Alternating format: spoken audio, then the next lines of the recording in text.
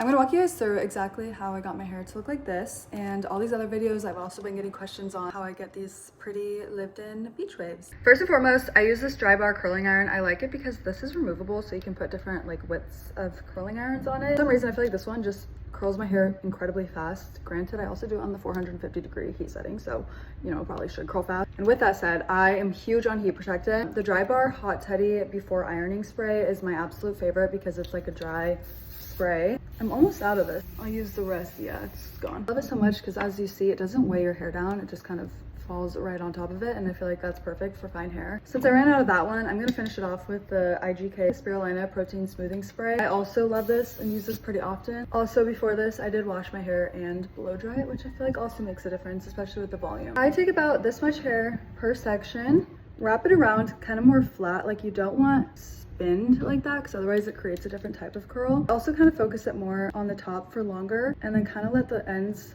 fall before the top, and that's what it looks like. I try not to hold it for more than 10 seconds because honestly that first curl was a little bit too curled for me. I like it to look a little bit looser, so that one was also a little bit too curled. We will fix this at the end though because I do like it to look a little bit more relaxed these days.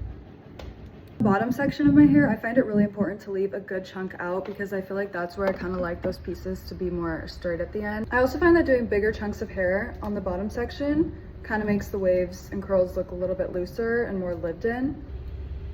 For these front pieces, I hold it seriously for like no more than 3 seconds because I just don't like these to be over curled at all.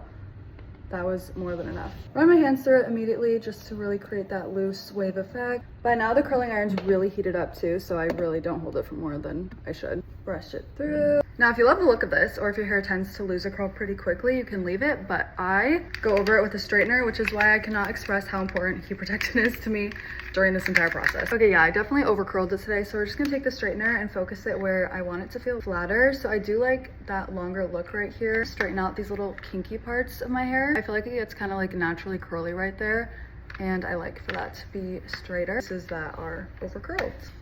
I feel like you can immediately see the difference between this and this. This just looks a little bit more beachy and lived in, and that's just the vibe that I personally like. A tip when you're running the straightener through too is to not stamp on it, but just to like lightly close it, and that way it's not completely crushing the curl. I like the way they do it at hair salons. I've kind of noticed that to create that like front piece effect right there, you can take it and just like lightly stamp the front and then just go like that. I feel like it just creates the most beautiful lived-in waves. Obviously, if you want more waves, you can straighten it less or straighten it more. Completely up to you, but I just love this really like soft lived-in wave textured look.